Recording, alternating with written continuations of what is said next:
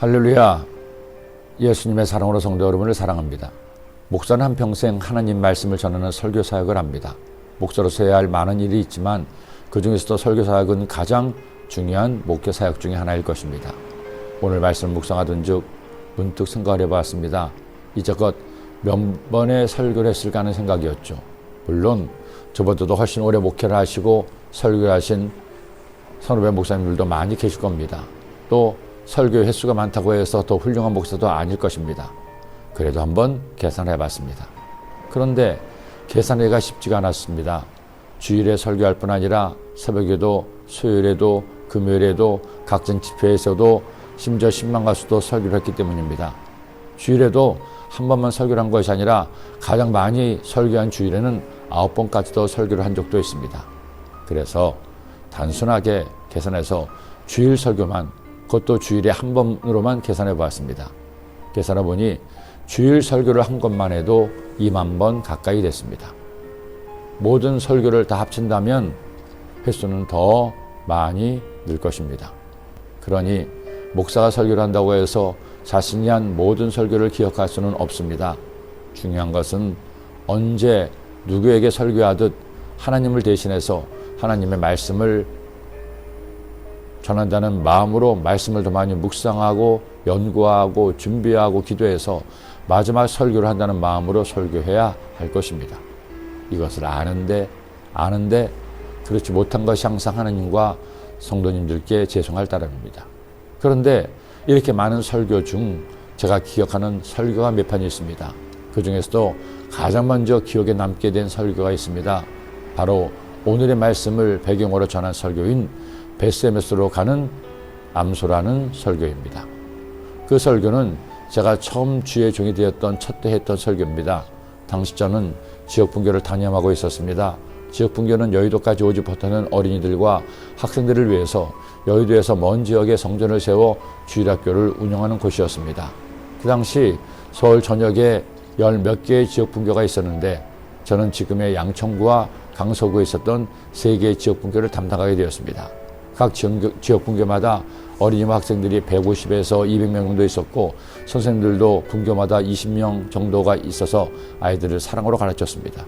문제는 제가 어리고 목회 경험도 없어서 아이들도 아이들이지만 선생님을 이끌 리더십이 부족했습니다.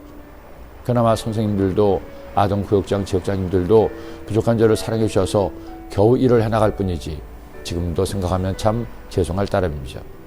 그러는 날 오늘 말씀인 사무엘상 6장의 말씀을 묵상하는데 갑자기 제 눈에 훅 들어온 말씀이 있었습니다. 바로 오늘 요절 말씀입니다.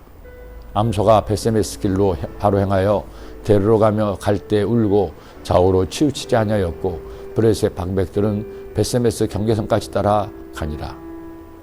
법궤로 인해 블레셋에 계속 재앙이 일어나자 블레셋 사람들은 수레에 법궤를 실어 이스라엘로 보내기로 합니다. 그리고 그 소리를 끌 암소를 수레에 메어 길을 떠나게 하죠. 그런데 그 암소는 보통의 암소가 아니었습니다. 새끼 송아지가 있는 암소였습니다. 젖을 먹이는 암소였습니다. 그런데 이 암소가 법궤를 실어 벳세메스로 가는데 놀랍게도 울면서도 좌우로 치우치지 않고 갔다는 겁니다. 저는 이 말씀을 이렇게 해석했습니다. 암새가 운 것은 아직 젖도 떼지 않은 새끼들 때문이라는 거죠. 그런데도 하나님의 법궤를 운반하는 거룩한 일을 감당하기 위해 새끼들에게 달려가지도 않고 다른 곳으로 도망가지도 않고 사명을 완수했습니다. 그런데 암소 임무는 거기에서 끝나지 않았습니다. 수레가 벳세메스 사람 여호수아의 밭 큰 돌 있는 곳에 이르러 선지라 무리가 수레의 나무를 베고 그 암소들을 번제물로 야훼께 드리고 법궤를 운반한 암소는 번제물로 바쳐졌습니다. 저는 그 암소를 생각하며 설교를 준비했습니다. 그리고 주일날 선생님들에게 이 말씀을 전했죠.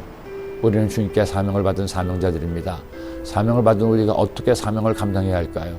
새끼가 있는 암소인데도 사명을 먼저 생각해서 좌우로 치우치지 않고 법궤를 운반했습니다. 우리도 아이들에게 말씀을 전할 때, 아이들을 가르칠 때 이런 마음으로 전합시다. 그리고 암소가 자신의 몸마저 제물로 드린 것처럼 우리도 나의 전부를 들여 교사의 사명을 감당합시다. 사실은 선생들에게 한 설교가 아니라 주님께서 저에게 하신 설교였습니다. 감사한 것은 이 말씀으로 선생님과 함께 은혜를 받았죠. 그리고 비로소 죄종으로 사명감을 가지고 다시금 힘있게 사역을 감당할 수 있게 되었으니 모든 것이 하나님의 은혜입니다. 여러분, 베스메스로 간 암소를 기억합시다. 암소에게도 우리 배워야 하지 않겠습니까? 기도드립니다. 하나님 아버지, 법궤를 짊어지고 베스메스로 간 암소는 새끼가 있음에도 새끼에 가지 않고 울지 않고 묵묵히 사명을 감당했습니다. 우리도 그 암소를 본받아 내게 준 사명 감사함으로 죽도록 충성하는 하나님의 자녀가 되게 하여 주옵소서. 예수님의 이름으로 기도드립니다.